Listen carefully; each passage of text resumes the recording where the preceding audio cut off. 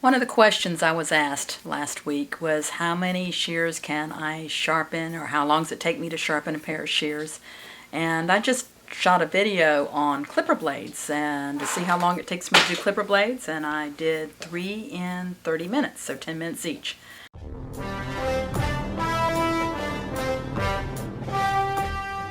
I'm going to give myself 30 minutes. It's 10:25 now. I'm going to work till 11:05, and let's see how many shears I get sharpened. I'm doing it my usual way. I have several that came in mail order sharpening, and I should have enough to keep me busy for at least 30 minutes. Let's see how long it takes. This is going to be a really boring video. I'm not going to talk. I'll just have music, and I'm just going to sharpen the way I normally do and without any zooming in or anything like that. So just time this with me. This sounds like something interesting you'd like to watch. Please stay tuned. Make sure that you subscribe if you like to watch more sharpening videos, like comparison videos. We also have a Sharpeners Jam group where I put videos there that aren't on YouTube. 30 minutes, I've talked for one, so I guess I've got till 10:06.